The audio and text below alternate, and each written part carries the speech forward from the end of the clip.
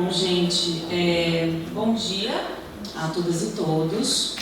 Bem, o nosso relato de experiência, ele traz um relato de práticas distintas nos nossos leitorados, mas nós compartilhamos de angústias comuns e por isso nós decidimos, portanto, fazer essa apresentação juntos, tudo bem? Então, devido ao tempo, eu vou ler a minha apresentação e depois nós conversamos, caso vocês queiram. Bem, em 1º de setembro de 2023, iniciei as minhas atividades como leitora Guimarães Rosa na Universidade Nacional de Assunção. A data escolhida, após algumas tentativas frustradas de agendamento, já me era familiar por ser a celebração do aniversário de um primo muito amado. Tantos anos depois, o dia ganhou outra conotação, igualmente especial e não menos familiar, uma vez que minha chegada às terras paraguaias trouxe consigo a sensação de um pertencimento deslocado, isto é, o reconhecimento de algo muito familiar e simultaneamente distante, por avesso a tudo que já vivi. Essa tensão é experimentada por muitos brasileiros e brasileiras residentes no país, que atualmente recebe aproximadamente 254 mil cidadãos brasileiros, de acordo com dados divulgados pelo Itamaraty. Dessa forma, o Paraguai atualmente acolhe a segunda maior comunidade brasileira fora do Brasil. Tal familiaridade a qual me refiro deve-se a uma presença velada que comigo esteve ao longo de toda a minha vida, sem que me desse conta dela. Minha família, em especial minha avó materna e meu pai, ouviam recorrentemente as versões brasileiras das Guaranias de José Assunção Flores, sem conhecer, apesar da insistente menção ao Rio Paraguai, a signos da cultura guarani, as origens do gênero. Foi preciso estar em Assunção para redescobri-lo, e assim foi feito. É com este sentimento que venho realizando meu trabalho como leitora. A interculturalidade que o permeia é um processo construído como via de mão dupla, uma vez que mediar culturas e literaturas brasileiras é também um elo de aprendizado sobre olhar, observar e escutar o diferente e a diferença. Minha atuação como docente na Universidade Nacional de Assunção se dá no contexto da licenciatura em Língua Portuguesa do Instituto Superior de Línguas. Atualmente ministro as disciplinas Fundamentos de Estudos Literários para o 1º ano, Poesia para o 2º e Português Básico 1 para a comunidade acadêmica. Já no Instituto Guimarães Rosa de Assunção, coordeno o projeto Clube do Livro Guimarães Rosa. Em vista desse duplo trabalho, nesse relato apresentarei 2 experiências relacionadas à difusão da literatura brasileira, a disciplina Poesia e o Clube do Livro Guimarães Rosa.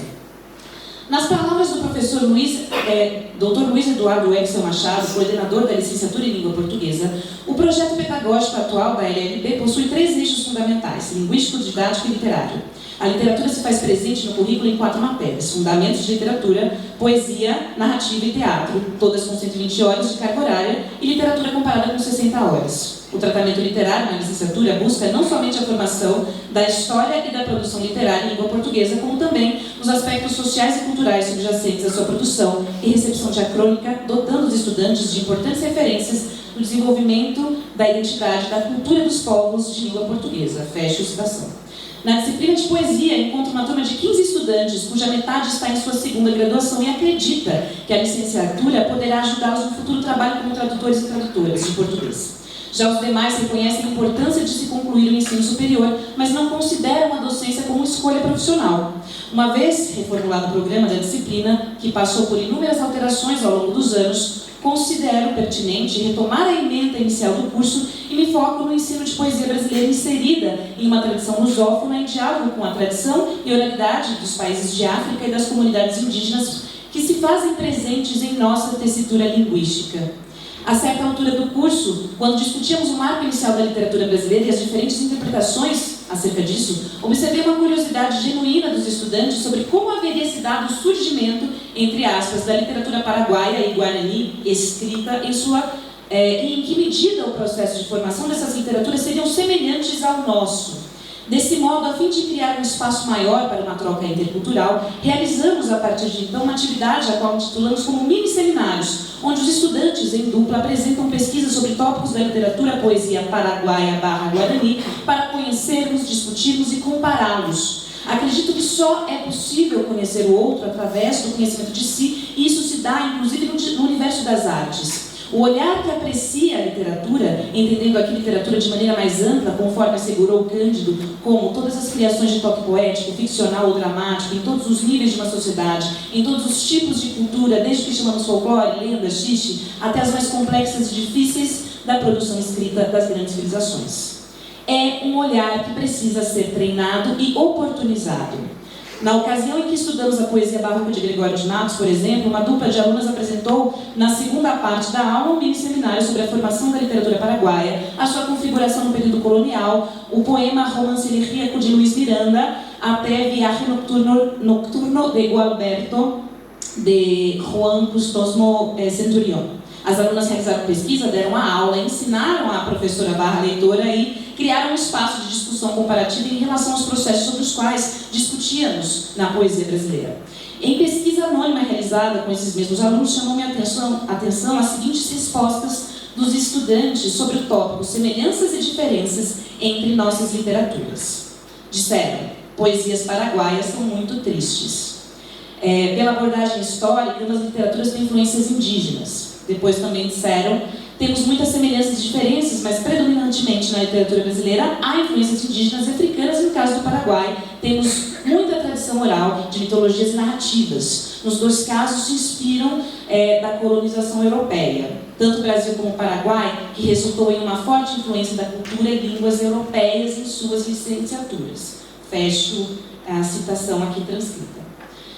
Bem, por fim, sobre o projeto Clube do Livro Guimarães Rosa, a primeira atividade que participei ao dar início na minha colaboração com o Instituto Guimarães Rosa de Assunção foi a atividade Oficina de Contos Brasileiros, conduzida por 2 diplomatas locados na Embaixada do Brasil em Assunção, o conselheiro Ney Canani e o segundo secretário Pedro Gomides. A atividade, já em sua 3ª edição, conta com um público fiel que se reúne semanalmente para discutirem juntos um conto contemporâneo brasileiro, cujo critério de escolha, de acordo com os organizadores, deu-se pela seleção de textos canônicos a partir do ano de 2000. Na edição atual, por exemplo, lemos Bernardo Kucinski, Natália Borges Molesso, Paulinho Torti e Luiz Rufato.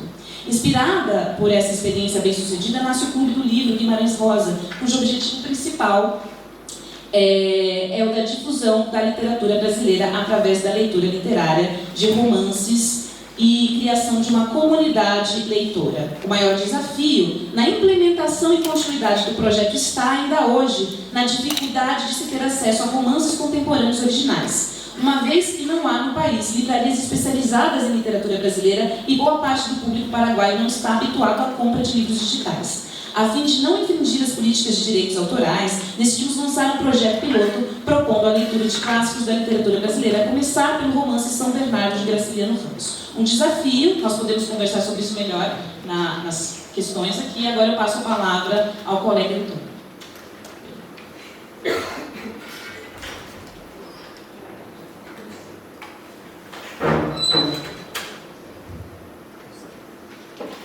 Bom dia a todas.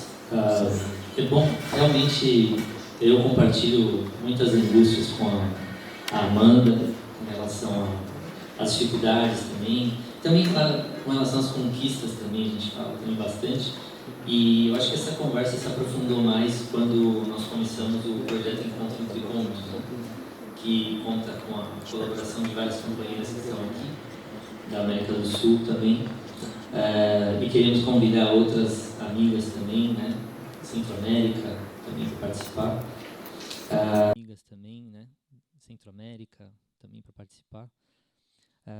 E acho que a gente debate muito justamente sobre temas que já foram mencionados aqui, com relação às leituras não canônicas, às obras não canônicas também, né? No contexto da Universidade Andina, nós temos muitos alunos de outros países, tem alunos paraguaios também, né, por exemplo, e eu queria mostrar aqui para vocês, rapidinho, só para a gente passar, que sobre vários eixos que foram discutidos pela mesa, né, eu só queria destacar rapidamente 2 pontos, né. É uma tentativa de conciliar, né, todo aquele trabalho de sistematização de relações literárias entre o Brasil e o país onde nós estamos atuando, que foi uma coisa que eu peguei muito com o Caio no Conecta passado, né? Esse é um ponto importante, né, para a gente começar a sistematizar, conhecer muito do local de atuação, né, onde a gente está. E outra coisa, eu acho que é conciliar os nossos interesses pessoais, nossos interesses de pesquisa, que dão sentido para nós no leitorado, né, com os interesses das nossas estudantes, né. Aqui eu só queria mostrar esse vídeo, ele tem 1 minuto, né, se vocês autorizarem, que é de uma tradução que está sendo realizada dessa antologia de poetas, que são minhas alunas na universidade, né. Só dá o... Sim, se for possível, né. Esse projeto de tradução de poetas equatorianas surgiu principalmente da leitura de algumas obras que eu considero que não são canônicas, né, principalmente Maria Firmina dos Reis, né, contos que estão traduzidos por pesquisadores da UFMG, como o Conto à Escrava, por exemplo, né, que toca um ponto que é fundamental no ensino de literatura brasileira nos nossos contextos, que é a grande pergunta: por que o Brasil se independizou de outra forma muito diferente dos demais países latino-americanos, né? E a escravização é um ponto-chave aí, né, para se debater. Será que a gente consegue dar o play? Beleza. Ok. Não, tudo bem, então. Depois a gente passa o vídeo em outra oportunidade. Só finalizar a minha fala dizendo que a tradução da antologia de poetas equatorianas surge dentro de um eixo de cooperação, que eu gosto muito de trabalhar assim também, mas mais ou menos parecido com o que o Marco mencionou, né? Então, é um projeto que está em andamento agora, contando com a participação de estudantes que estão terminando a graduação em espanhol na Universidade de São Paulo, né? Agora foi. Sim, se a gente puder colocar com um som.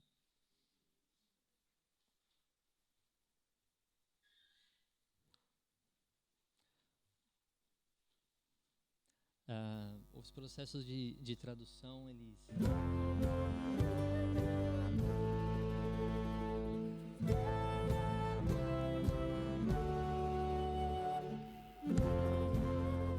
La falta tiene fronteras, un territorio. A veces distingo la pesadez del grito atravesado en la orilla de mi cuerpo. Descubrir el agua rancia, el dolor encharcado. Toda la emoción capturada, algo que borraba el desastre de mi vida y de la tuya. Todo esto será el desamor, para que sea pieza de nunca encajar. Que rompa con tan solo desearlo los veredictos. Quise describirte cada vez por si te empujaban a acercar, ya no importa. El absoluto es hoy. En cada flor colapsada se depone la vida. Lo ausente puede habitarse. El regreso que hasta siempre va a esperarnos.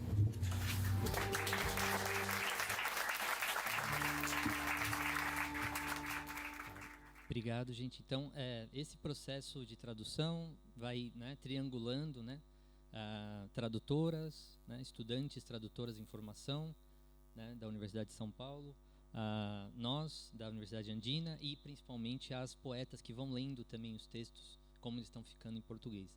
E aí a etapa seguinte é fazer trabalho com vídeos parecido com o que o Caio faz de leituras também em voz alta. É isso. Obrigado, desculpa pelo tempo.